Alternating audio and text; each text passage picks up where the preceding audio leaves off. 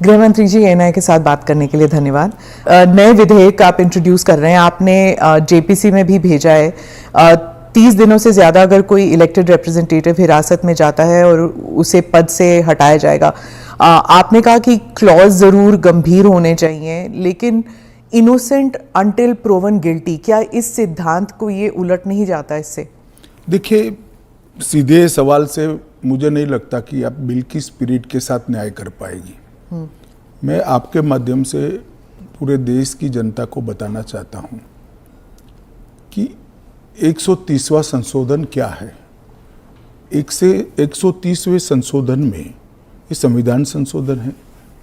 इसमें हमने एक प्रावधान किया है कि प्रधानमंत्री, मुख्यमंत्री, भारत सरकार के मंत्री या राज्य सरकार के मंत्री किसी भी गंभीर आरोप में अगर अरेस्ट होते हैं और 30 दिन तक उनको जमानत नहीं मिलती है तो मुख्यमंत्री या प्रधानमंत्री मंत्री के केस में उनको उनके स्थान से मुक्त करेंगे। अगर वो नहीं करते हैं तो अपने आप कानूनन वो मुक्त हो जाएंगे। ये प्रावधान 130वें संवैधानिक संशोधन में हमने किया है। अब सबसे पहले मैं स्पष्ट कर देता हूं, संसद के अंदर चुनी हुई सरकार कोई भी विधेयक लाए या संवैधानिक संशोधन लाए, इसको सदन के सामने रखने में क्या विरोध हो सकता है। जबकि मैंने स्पष्ट कर दिया था कि इसको हम दोनों सदनों की संयुक्त समिति को सौंपेंगे। वहां आप आपके विचार व्यक्त कर सकते हैं। और दूसरा, जब इस पर मतदान हो तब आप आपका मत व्यक्त कर सकते हो, क्योंकि ये संवैधानिक संशोधन है तो 2/3 बहुमत चाहिए दोनों सदनों में, जो आपके पास नहीं है या नहीं है वो तो उस वक्त सिद्ध होगा। परंतु उस वक्त आप अपना विचार भी रख सकते हो और वोट भी कर सकते हो। किसी भी सरकार के विधेयक को या संविधान संशोधन को सदन में पेश न होने देना और इस तरह का व्यवहार करना, ये क्या लोकतंत्र में उचित है क्या? देश की पार्लियामेंट के दोनों सदन बहस के लिए है या शोरगुल और हल्ले के लिए है? मुद्दे का विरोध हमने भी देखा है, हमने भी करा है, परंतु बिल को पेश न होने देने की एक प्रकार की मानसिकता मैं नहीं मानता हूं कि ये लोकतांत्रिक है और विपक्ष को देश की जनता के सामने इसका जवाब देना पड़ेगा। उनका जो मैनर ऑफ प्रोटेस्ट है उसके बारे में मैं बाद में पूछूंगी, लेकिन ये जो गंभीर आरोपों का जो दायरा है, क्या आप स्पष्ट कर सकते हैं कि गंभीर आरोप क्या है? स्पष्ट कर सकती है क्या? हाँ, तो वही मैं आपसे तो जरा पूछिए आरोप। तो क्या आरोप हो सकते हैं? कैपिटल मतलब मर्डर, रेप, ऐसे वाले जो नहीं, पहले विपक्ष का इस बिल में विरोध क्या है वो तत्वतः आप बता सकती है क्या? इसका मूल विरोध का कारण जो विपक्ष ने मीडिया को समझाया होगा, हाँ, वो आप हमें बताइए पहले। तो वो तो कह रहे हैं कि आप इस बिल के जरिए आप जो इलेक्टेड रिप्रेजेंटेटिव है, जिनके पास मैंडेट है और जिनका जनाधार से कनेक्शन है, आप उसको उलट रहे हैं और आप 30 डेज में आप बेल नहीं मिलेगा तो वो हट जाएंगे। और ये तो it is like political suicide या पॉलिटिकल मर्डर। देखिए, इस देश में आज एनडीए के मुख्यमंत्रियों की संख्या ज्यादा है। प्रधानमंत्री भी एनडीए के हैं, श्री नरेंद्र मोदी प्रधानमंत्री। तो ये बिल सिर्फ विपक्ष के लिए क्वेश्चन खड़ा नहीं करता, हमारे मुख्यमंत्रियों के लिए भी क्वेश्चन खड़ा करता है। मैंने जो सुना वो कह रहे कि आपके लोगों के सामने एफआईआर नहीं होती है। ये जनता को गुमराह करे। उनको मालूम है कि किसी भी व्यक्ति के खिलाफ आरोप है तो आप पब्लिक इंटरेस्ट लिटिगेशन के माध्यम से कोर्ट के सामने जा सकते हैं। कोर्ट ऑर्डर करेगी कि इनके खिलाफ एफआईआर करो। अगर ज्यादा ही गंभीर मामले हैं तो कोर्ट मॉनिटर भी करती है। इसमें पक्ष विपक्ष कहां आता है? ये एक सेकंड मेरी बात पूरी नहीं हुई है। इसमें पक्ष विपक्ष नहीं आता है। और दूसरी बात, इसमें 30 दिन तक जमानत का प्रावधान किया गया है। अगर फर्जी टाइप का केस है तो देश की हाई कोर्ट और सुप्रीम कोर्ट आंख मूंद कर नहीं बैठे हैं। किसी भी केस में हाई कोर्ट और सुप्रीम कोर्ट को जमानत देने का अधिकार है। अगर जमानत नहीं मिलती है तो आपको पद छोड़ना पड़ेगा। मैं एएनआई के माध्यम से देश की जनता को और पूरे विपक्ष को भी पूछना चाहता हूं, क्या कोई मुख्यमंत्री, कोई प्रधानमंत्री या कोई मंत्री जेल में रहकर सरकार चला सकता है क्या? इस देश के लोकतंत्र के लिए शोभा रूप है क्या? और अगर 30 दिन के बाद जमानत मिल जाती है तो वो फिर से शपथ ले सकते हैं। हम multi party parliamentary democratic system में है। जब आपके पास सदन में बहुमत होता है, एक मुख्यमंत्री को किसी भी कारणसर जेल में जाना पड़ा, 30 दिन तक जमानत नहीं हुई, तो अब वो पदमुक्त हो जाएंगे, परंतु उनका बहुमत तो बना रहेगा। जैसे ही मुक्त होंगे वो फिर से मुख्यमंत्री बन सकते हैं। ये जो गंभीर आरोप होते हैं इन लोगों के खिलाफ, वो उनको साबित करने के लिए या उनसे छुटकारा पाने के लिए इतना वक्त लग जाता है। आप जैसे जो डेमोक्रेसीज हैं, बाकी डेमोक्रेसीज हैं, वहाँ पे क्या होता है कि वो हट जाते हैं और फिर वापस आते हैं। यहाँ पे तो जेल में डाल देते हैं। देखिए, जेल में डालने का जो प्रावधान है वो एनडीए सरकार ने नहीं बनाया है, वो सालों से यहाँ चल रहा है। दूसरी बात कि ये जो आपने कहा कि गंभीर आरोप की व्याख्या क्या होगी, तो उसमें हमने व्याख्या कर दी है कि 5 साल से ज्यादा सजा का जहां प्रावधान है वहां पर उनको पद छोड़ना पड़ेगा। कोई छुटपुट आरोप के लिए पद नहीं छोड़ना है, मगर जिन पर करप्शन के आरोप है या 5 साल से ज्यादा सजा के आरोप है, ऐसे मंत्री, मुख्यमंत्री या प्रधानमंत्री जेल में बैठकर सरकार चलाए, ये कितना उचित है? पर दोष के ऊपर कैसे कर सकते हैं? पहले मैं आपको सिद्धि तो हो जाए ना। मैं आपको बताना चाहता हूं, आज भी भारत के जन प्रतिनिधित्व कानून जो है उसके अंदर प्रावधान है कि किसी भी चुने हुए प्रतिनिधि को 2 साल या इससे अधिक समय के लिए सजा होता है तो वो अपने स्थान से मुक्त हो जाएंगे सांसद के रूप में।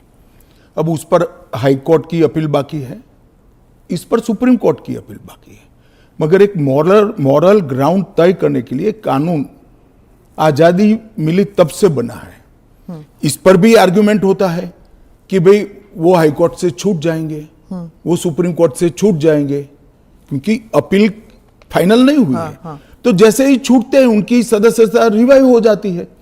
कई सारे लोगों की सदस्यता समाप्त हो गई और तुरंत रिवाइव भी हुई, ऊपर से सजा का स्टे मिलने के बाद। पर इस दौरान उनका राजनीतिक कुछ नहीं होता है ना सर। सत्येंद्र जैन का देख लीजिए, उनके 4 साल कौन लौटाएगा? उनकी जो पॉलिटिकल लाइफ है वो तो खत्म हो गई ना। नहीं, मगर 4 साल तक उनको जमानत नहीं मिला, केस अभी चालू है।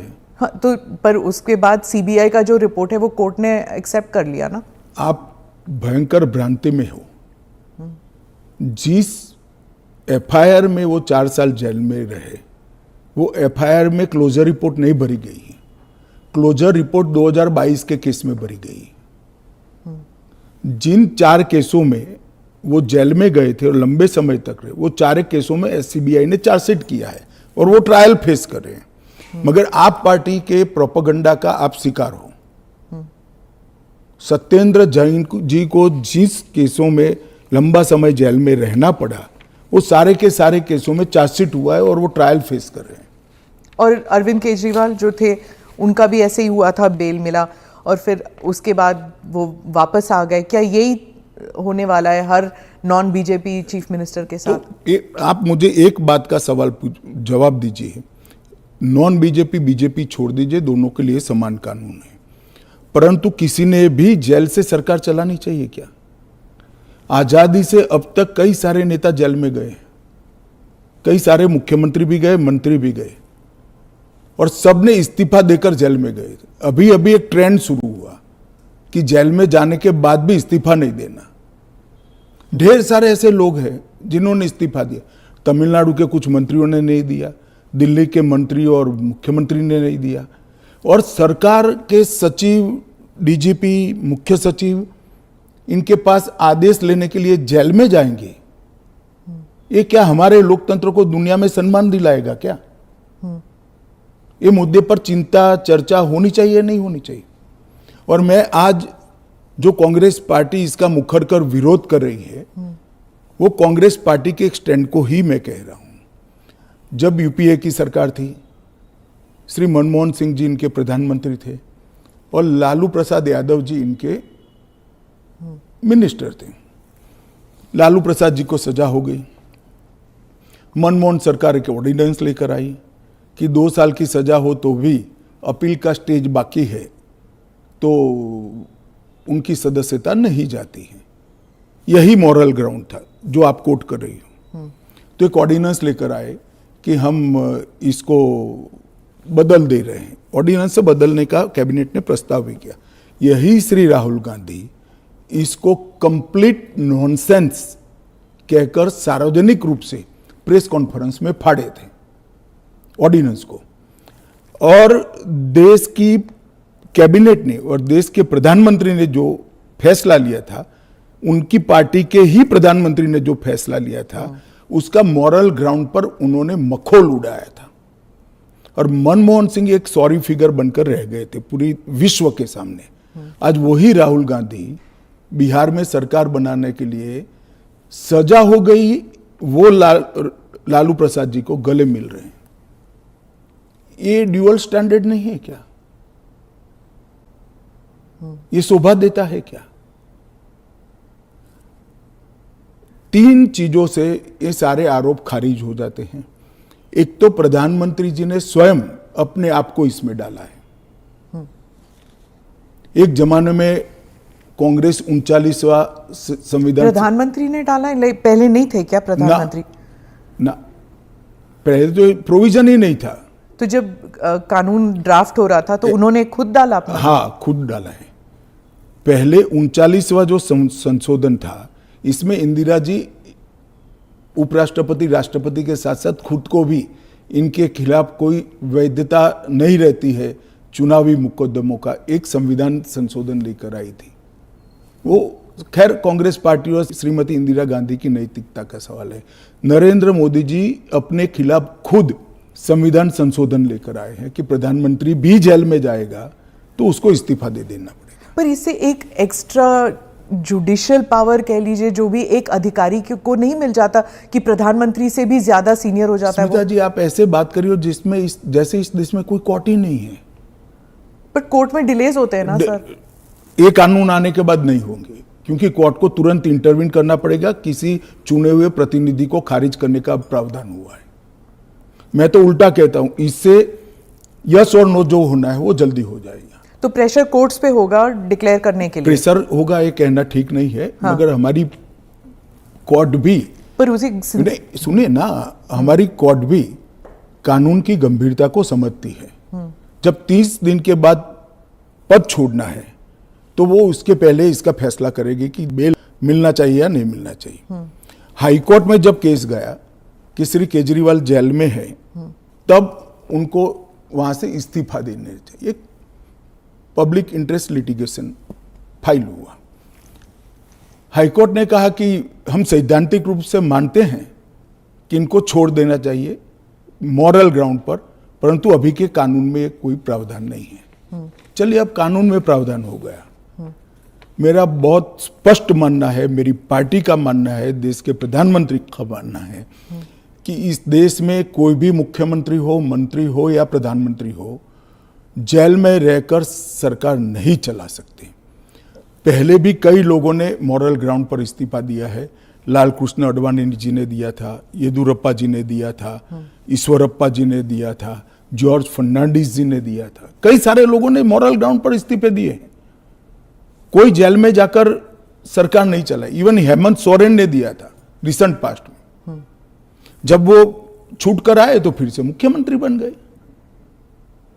अब इसका हमने कानूनी प्रोविजन किया है, क्योंकि जब पहले कानून बने होंगे, संविधान बना होगा, तब संविधान निर्माताओं ने ऐसी निर्लज्जता का कल्पना नहीं करा होगा कि कोई भी मुख्यमंत्री जेल में जाएगा और अंदर से मुख्यमंत्री बना रहेगा। खैर, अब ऐसी घटनाएं हुई है रिसेंट पास्ट में, तो हमें हमारी नैतिक मूल्यों के स्तर को गिरने नहीं देना चाहिए। एक कानून नैतिक स्तर के मूल्यों को एक आधार देगा और इससे हमारा लोकतंत्र निश्चित रूप से मजबूत होगा। गृहमंत्री जी, विपक्ष कह रहा है कि सरकार जो है वो इस तरह के जो सिचुएशन बनाएगी या फिर कोर्ट पर दबाव डालेगी कि 30 दिन में जमानत नहीं मिलेगा। अगर 30 दिन में जमानत नहीं मिल जाता तो फिर the entire thing falls through. देखिए, ये उनका पद से चिपक रहने के लिए एक अलग प्रकार से बनाया हुआ खूबसूरत आर्ग्यूमेंट है।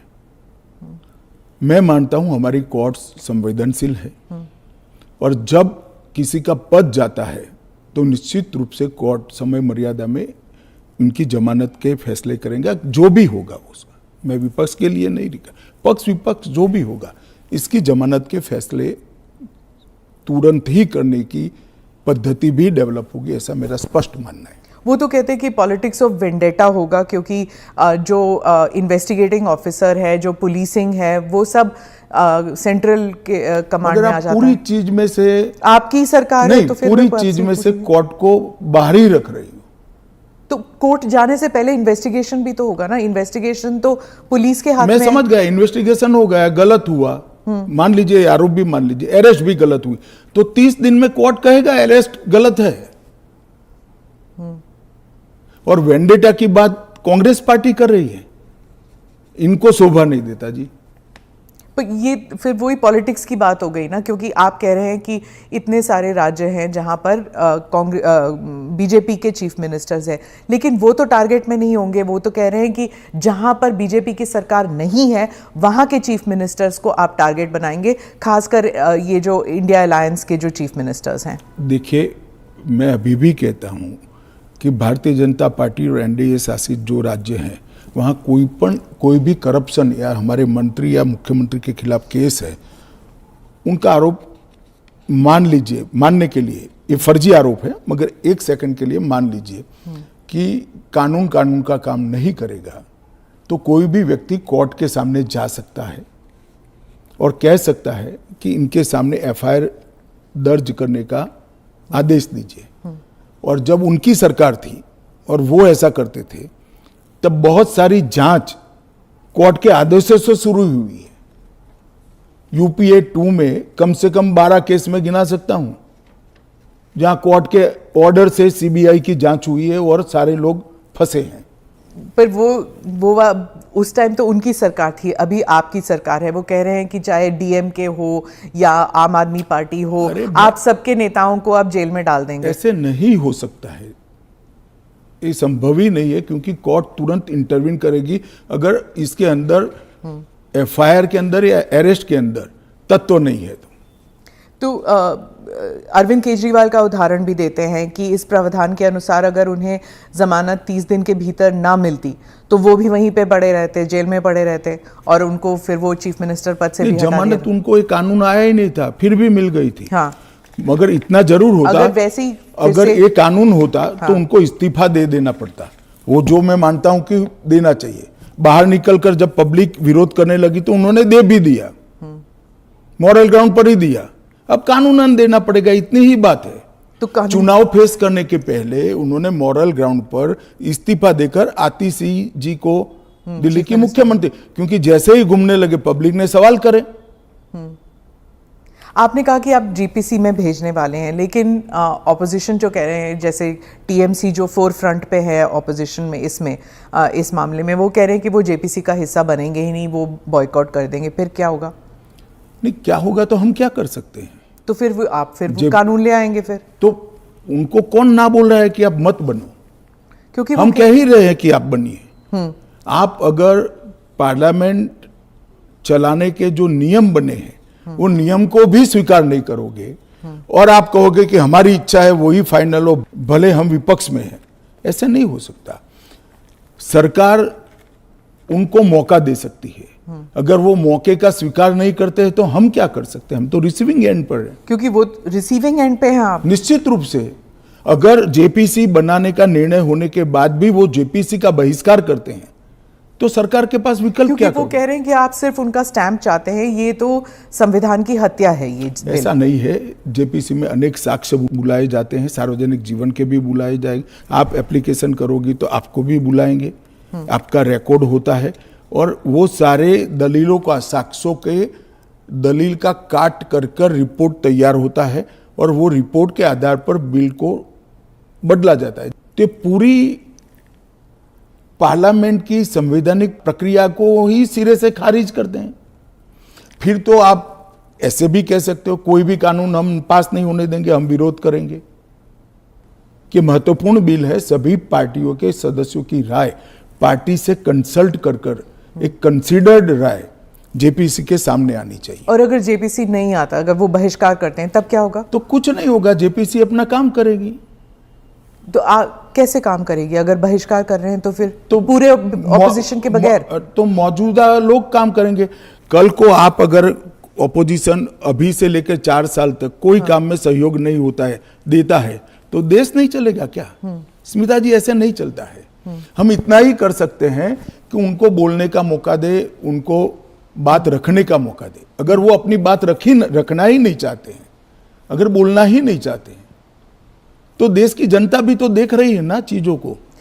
विपक्ष का यही कहना है कि आप हमेशा कह रहे हैं, इस बिल को लेकर कह रहे हैं कि जुडिशरी डिसाइड करेगा, जुडिशरी। लेकिन जुडिशरी में सारे केसेस इतनी लंबे तौर पर विलंबित होती हैं, नहीं चलते हैं। और एक सेकंड, जुडिशरी में बिल के केस कभी भी, मेरे अलावे किसी भी बिल का केस सुप्रीम कोर्ट में 5 दिन से ज्यादा नहीं चला है। पर ये इरिवर्सिबल हो गया ना, ये जो केसेस हो जाते हैं, अगर उनको पद छोड़ना पड़े तो ये इरिवर्सिबल तो हो ना, जमानत मिलने के बाद वो फिर से ले सकते हैं। हमारा इतना ही है कि जमानत नहीं होती तब तक आप जेल से सरकार नहीं चला सकते। तो चलो, जमानत मिलने में 30 की जगह 40 दिन हुआ, तो 40 दिन के बाद आप शपथ ले सकते हो। इसमें कोई जुडिशियल प्रोविजंस हैं क्या इस बिल में कि थोड़ा बहुत एटलीस्ट सुरक्षित महसूस करे एक यही सबसे बड़ा सुरक्षित महसूस करने का कारण है कि 30 दिन के बाद अगर आप इस्तीफा देते हो, उसके बाद में आपको जमानत मिलती है, जब चार्जशीट हो जाए वगैरह वगैरह, और जमानत अगर मिलती है तो आप शपथ ले सकते हो। इससे असुरक्षित होने का कोई भाव रखने का लोगों के कारण नहीं। नजरिए में आप ऑलरेडी गिल्टी साबित हो गए ना, अगर आपको इस्तीफा देना है, फिर से इलेक्शन लड़ना है। ऐसा है, इसके पहले कितने स्टेज आते हैं पहले आप जान लीजिए। सबसे पहले एफआईआर होती है और सीबीआई है तो पीई होती है, प्रिलिमिनरी इंक्वायरी होती है, एफआईआर होती है। एफआईआर पर आप स्टे ले सकते हो। हाँ। उसके बाद में आपकी पूछताछ होती है, इस पर भी स्टे ले सकते हो। इसके बाद में आपका समन निकलता है, उसके बारे में भी आप स्टे ले सकते हो, और अरेस्ट पर भी स्टे लेते हो, और अरेस्ट होती है तो फिर जमानत के लिए अप्लाई भी कर सकते हो। ये 5 स्टेज आते हैं, रातों रात कुछ नहीं होता। मगर करप्शन में अगर आकंठ आप डूबे हुए हैं तो फिर तो अरेस्ट भी होगी, जेल में भी जाना पड़ेगा, इस्तीफा भी देना पड़ेगा। फिर भी अगर बाद में जमानत होती है तो आप फिर से शपथ ले लो भाई। मगर एक बात आप मुझे ये बताइए, क्या एज अ सीनियर जर्नलिस्ट आप इस चीज को ठीक मानती है? क्योंकि अभी तो नरेंद्र मोदी जी है तो ऐसा सवाल ही नहीं है, परंतु कभी भी देश का प्रधानमंत्री जेल में जाए तो जेल से देश का प्रधानमंत्री सरकार चलाए, वो ठीक मानती है क्या आप? देश का मुख्यमंत्री जेल में रहकर सरकार चलाए, वो ठीक मानते हैं क्या आप? क्या इस देश में ऐसी मान्यता है कि जो व्यक्ति पद पर बैठा है इसके अलावा देश चलेगा ही नहीं? भाई, आपके दल का बहुमत है, आपके दल का कोई अलग व्यक्ति आकर शासन चलाएगा। जब आपका बेल हो जाए आप जरूर चले जाइए वहां पर। मगर हमने कोई एक लेवल रखना है। फिर तो 2 साल के बाद सदस्यता भी क्यों जानी है? क्योंकि ऊपर अपील का अधिकार है, वो निर्दोष छूट सकते हैं। क्यों जानी चाहिए 2 साल? और वो कांग्रेस के समय में प्रावधान हुआ है कि अगर 2 साल से ज्यादा सेशन कोर्ट्स में जेल होती है, 2 साल से ज्यादा समय के लिए कैद का ऑर्डर होता है, तो आपकी सदस्यता अपने आप समाप्त हो जाती है। गृहमंत्री जी, मॉनसून सेशन में हमने देखा कि विपक्ष ने आप पर भी आरोप किया कि आप भी जेल गए थे, आप पे भी आरोप हुआ था। तो जब उन्होंने ऐसा कहा, आपने कहा कि मुझे नैतिकता के बारे में कांग्रेस से नहीं सीखना, उस बारे में आप बताएंगे हमें कुछ? जरूर बताऊंगा। मैंने इसलिए कहा था कि मेरे पे आरोप लगा और जैसे ही मुझे समन आया, अरेस्ट छोड़ दीजिए, सीबीआई ने मुझे समन किया, मैंने दूसरे ही दिन इस्तीफा दे दिया था। अरेस्ट तो मेरी बाद में हुई। जैसे ही सीबीआई ने मुझे समन किया था, मैंने दूसरे ही दिन इस्तीफा दिया था और केस चला और केस में जजमेंट भी आया कि ये पॉलिटिकल वेंडेटे का केस था और मैं पूर्णतया निर्दोष हूं। पर वो तो बाद में आया एक था सेकंड, ना? 2016। एक सेकंड सुनिए ना। हाँ। एक सेकंड, वो जजमेंट बाद में आया। बेल मेरी पहले हो गई हाँ। थी, बेल मेरी पहले हो गई जी। थी और वो जजमेंट ऐसा आया कि कंप्लीटली पॉलिटिकल वेंडेटा के केस है, कहीं पर दूर दूर तक मेरा इस केस में इन्वॉल्वमेंट नहीं है और मुझे शंका के आधार पर बरी नहीं किया गया था। मेरे सामने के केस को खारिज किया गया था और मुझे बेल मिल गया था 96वें दिन पर। फिर भी मैंने फिर से शपथ लेकर गृह मंत्री नहीं बना था। इतना ही नहीं, जब तक मैं कंप्लीटली मेरे सामने के सारे आरोप क्वाश नहीं हुए, तब तक मैंने किसी भी संवैधानिक पद पर शपथ नहीं ली थी। तो मुझे क्या विपक्ष नैतिकता के पाठ पढ़ाता है? इन लोगों ने इंदिरा जी के समय में प्रयास किया कि प्रधानमंत्री को शील्ड किया जाए और आज भी ये प्रयास कर रहे हैं कि अगर कभी जेल में जाना पड़े तो हम आराम से जेल से सरकार बनाएंगे, जेल को सीएम हाउस पीएम हाउस बनाएंगे और वहां जाकर डीजीपी जेल से ऑर्डर लेंगे, चीफ सेक्रेटरी जेल से ऑर्डर लेंगे, भारत सरकार के कैबिनेट सेक्रेटरी जेल से ऑर्डर लेंगे, भारत सरकार के गृह सचिव जेल से ऑर्डर लेंगे। इस तरह से देश चलेगा। और ये कल्पना ही मैं तो, मेरी पार्टी और मैं दोनों सिरे से खारिज करते हैं कि जो व्यक्ति बैठा है इसके बगैर इस देश का शासन नहीं चल सकता और इससे किसी का भी बहुमत पार्लियामेंट में या विधानसभा में प्रभावित नहीं होगा। एक सदस्य जाएगा, आपकी ही पार्टी के दूसरे साथी सरकार चलाएंगे और आप जब जमानत प्राप्त कर लोगे तो आप आकर फिर से शपथ कर सकते हो। इसमें आपत्ति क्या है? अमित शाह जी, आप बार बार जुडिशरी का हवाला देते हैं, लेकिन उस वक्त भी जस्टिस आफ्ताब आलम आपके घर आए थे आपसे सिग्नेचर लेने के लिए कि आप गुजरात से बाहर चले जाएंगे। ना, ऐसा नहीं हुआ है। आफ्ताब आलम साहब कभी मेरे घर पे आए नहीं है, ऐसी जरूरत भी नहीं पड़ी है। इन्होंने यहाँ रविवार के दिन स्पेशल कोर्ट बिठाकर मेरी बेल एप्लीकेशन को सुना और रिजेक्ट किया? ना, रिजेक्ट नहीं किया। इन्होंने कहा कि मुझे लगता है कि अमित शाह गृह मंत्री रहे, वो साक्ष्य को प्रभावित कर। तो मेरी जो वकील थी, इन्होंने कहा कि आपको अगर ये भय है तो जब तक बेल एप्लीकेशन डिसाइड नहीं होता हमारे क्लाइंट गुजरात के बाहर रहेंगे। वो मैंने स्टेटमेंट किया है। 2 साल आप बाहर रहे? हाँ, 2 साल में बाहर रहा, निश्चित रूप से बाहर रहा, क्योंकि 2 साल भारत के इतिहास में कभी भी किसी की बेल एप्लीकेशन 2 साल नहीं चली है। आलम साहब की कृपा से मेरी बेल एप्लीकेशन 2 साल चली, ज्यादा से ज्यादा बेल एप्लीकेशन 11 दिन तक चली है। आपने उस वक्त पहले भी जिक्र किया था अडवाणी जी के ऊपर कि उन्होंने भी इस्तीफा दिया था। जी, कहा था अडवाणी जी ने इस्तीफा दिया था, ढेर सारे हमारे कार्यकर्ता, मदन लाल खुराना वगैरह सारे, सभी ने दिया था। कि जब तक, अरे अभी हेमंत सोरेन जी ने दिया था। अब ये तो एक नया संस्कृति आया अभी। विगत 2 साल पहले ऐसा केस ही नहीं था कोई। सभी लोगों पर आरोप लगते थे, सब लोग इस्तीफा दे देते थे, बरी होकर राजनीति शुरू करते थे। तमिलनाडु के कुछ मंत्रियों ने इस्तीफा नहीं दिया, दिल्ली के मंत्री और मुख्यमंत्री ने इस्तीफा नहीं। और अगर इस तरह से इस समाज जीवन का, नैतिकता का स्तर आप राजनीति का और समाज जीवन का नीचे ले जा रहे हैं, इससे हम सहमत नहीं हैं।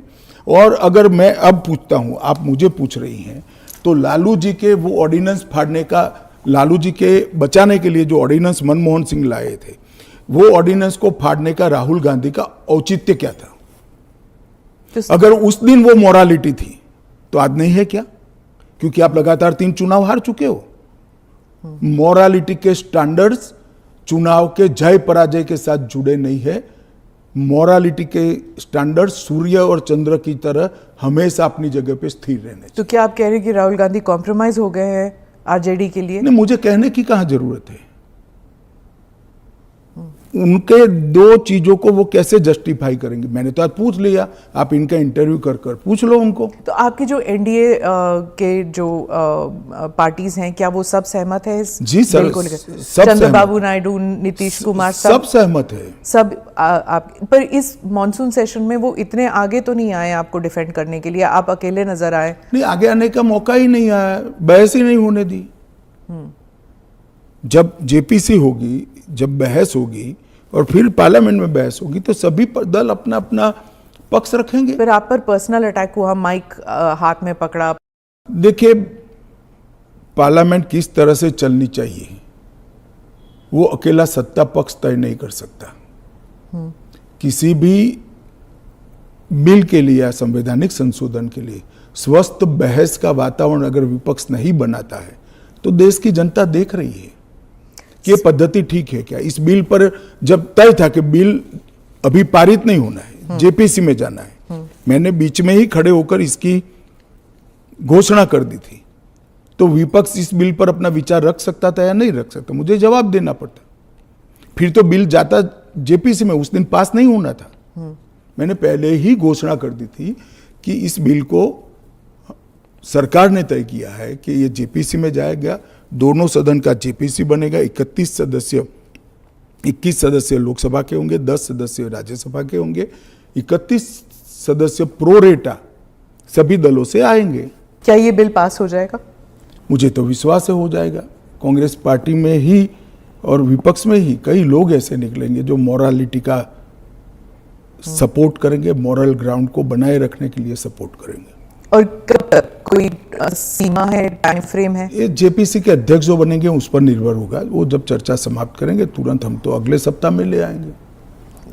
ऑपोजिशन कहती है कि जो पार्लियामेंट के अंदर सीआईएसएफ को लगाया गया है, इसकी वजह से लेजिटिमेट प्रोटेस्ट नहीं हो पा रहे और वो फोर्सिबली लोगों को बाहर किया जाता है जब प्रोटेस्ट करते हैं तो वेल ऑफ द हाउस से। पहली एक बात की स्पष्टता आप समझ लीजिए, पार्लियामेंट के अंदर कोई भी फोर्स पार्लियामेंट की और गृह के अंदर सदन की सुरक्षा में वो स्पीकर के अधीन होती है। इसमें फोर्स का महत्व नहीं होता है। पहले भी दिल्ली पुलिस के जवान थे, अब सीआईएसएफ मार्शल्स थे ना पहले। तो वही मार्शल्स होते, आज भी मार्शल्स ही है। वो जैसे ही संसद की सुरक्षा विंग में आते हैं वो सीआईएसएफ या दिल्ली पुलिस के जवान नहीं रहते, वो मार्शल माने जाते हैं और वो स्पीकर के तहत होते हैं। मार्शल सदन के अंदर तभी प्रवेश करते हैं जब स्पीकर उनको ऑर्डर करे। एक बात, ये जो बदलाव हुआ है वो एक बड़ी दुर्घटना हुई थी। कुछ वामपंथी लोगों ने संसद के अंदर स्प्रे किया था, कलर स्प्रे किया था। उस वक्त लोकसभा स्पीकर ने एक कमेटी बनाई और वो कमेटी में गृह सचिव भी थे, लोकसभा के सेक्रेटरी जनरल थे, राज्यसभा के सेक्रेटरी जनरल थे और कई लोग थे। उन्होंने मिलकर ये तय किया कि किसी न किसी एक सीएपीएफ में स्पेशल संसद की सुरक्षा के लिए ट्रेनिंग किया हुआ एक दस्ता बनाया जाए, जो दस्ता संसद सभ्यों की गरिमा, पार्लियामेंट्री प्रोसीडिंग की गरिमा और संसद की सुरक्षा तीनों का समायोजन कर कर काम कर पाए। और तब यह तय हुआ कि सीआईएसएफ के अंदर पार्लियामेंट की सुरक्षा के लिए एक स्पेशल दस्ता बनाया जाएगा, जो पहले दिल्ली पुलिस के लोग मार्शल के रूप में आते थे, उसी तरह से मार्शल के रूप में सभापति और स्पीकर के अंतर्गत काम करेंगे। पर ये एक सेकंड, वो संसद की बाहरी सुरक्षा को भी सुनिश्चित करते हैं और आंतरिक मार्शल का काम भी वो करते हैं, क्योंकि संसद के अंदर हथियार ले जाने की अनुमति किसी भी सुरक्षा कर्मी को नहीं है। पर ये पैरामिलिट्री हो जाता है ना ट्रेनिंग उनकी। दिल्ली पुलिस क्या होता है, वो भी पुलिस होता है, वो भी मेरे ही अंडर आता है। इनको बहाना चाहिए और वो एक प्रकार की भ्रांति जनता में खड़ी करना चाहते हैं, मगर वो निश्चित रूप से सफल नहीं होंगे, क्योंकि जनता से सीधा इंटरेक्शन उनसे कई गुना ज्यादा हमारा है। हम जनता से बात करते हैं, ऐसे ही आकर यहां नहीं बैठ गए हैं। मगर 3 चुनाव हारने के बाद मुझे लगता है फ्रस्ट्रेशन का जो लेवल है, वो सामान्य विचार विवेक जो होता है वो गवा बैठा है। पर वो राहुल गांधी कहते हैं कि लोगों के बीच तो वो जाते हैं, ट्रक ड्राइवर के बीच जाते हैं, खेतों में वो चाह रहे हैं, आप लोग तो नहीं जाते हैं। ऐसा है कि मैनेज कर कार्यक्रम करना और जनसंपर्क करना, दोनों के बीच में बड़ा फर्क है। जब बिल्स की बात हो रही है और पारदर्शिता की बात हो रही है, तो मैं वाइस प्रेसिडेंट इलेक्शन पर आऊंगी, पर उससे पहले पूछूंगी कि धनखड़ साहब के साथ क्या हुआ था। उन्होंने आपने प्रेशर डाला था उन पर रेजिग्नेशन के लिए? मुझे लगता है ANI ने रिसर्च विंग बंद कर दिया है। धनखड़ साहब का इस्तीफे का पत्र स्वयं स्पष्ट है। इन्होंने अपने आरोग्य का हवाला देते हुए इस्तीफा दिया है, स्वास्थ्य का हवाला देते हुए, और उन्होंने सरकार के मंत्री, प्रधानमंत्री और सभी सदस्यों का हृदय से उनके अच्छे कार्यकाल के लिए धन्यवाद किया है। पर विपक्ष और सभी पूछ रहे, मीडिया भी पूछ रही है कि वो है कहाँ, हाउस अरेस्ट पे है कि ऐसा क्या है कि सच और झूठ की व्याख्या आपने शायद विपक्ष क्या कहता है इसको बना ली। पर काफी सारे बैकग्राउंड इंफॉर्मेशन तो बाहर निकल रहा था ना कि वो कुछ ट्राई कर रहे थे। ये भी बात निकल रही है कि शायद कू कर रहे थे। कौन? धनखड़ जी? नहीं, ऐसी कोई बात नहीं है जी। इसमें बात का बतंकर नहीं बनाना चाहिए। धनखड़ जी संवैधानिक पद पर बैठे, अपने कार्यकाल में उन्होंने संविधान के हिसाब से अच्छा काम किया जी। इनकी निजी स्वास्थ्य की समस्या के कारण इन्होंने इस्तीफा दिया है। हाँ। इसको ज्यादा खींचकर कुछ ढूंढने का प्रयास नहीं करना चाहिए। देखिए, देश में बहुत सारी पॉजिटिव स्टोरीज हैं, हमेशा इस तरह की स्टोरी के पीछे नहीं लगना चाहिए। जो एनडीए के जो वाइस प्रेसिडेंट कैंडिडेट है, कहा जाता है कि आपने उन्हें इसलिए पिक किया क्योंकि बीजेपी जो है अब तमिलनाडु में अपना खाता खोलना चाहती है, इसलिए। नहीं, ऐसा नहीं है। हम पहले भी तमिलनाडु में साथियों के साथ चुनाव लड़े हैं, हमारी यहाँ बहुत सारी सीटें भी आई है, ऐसा नहीं है। कहीं से भी पिक करोगे तो ऐसे कारण बनाकर पूछा जाएगा।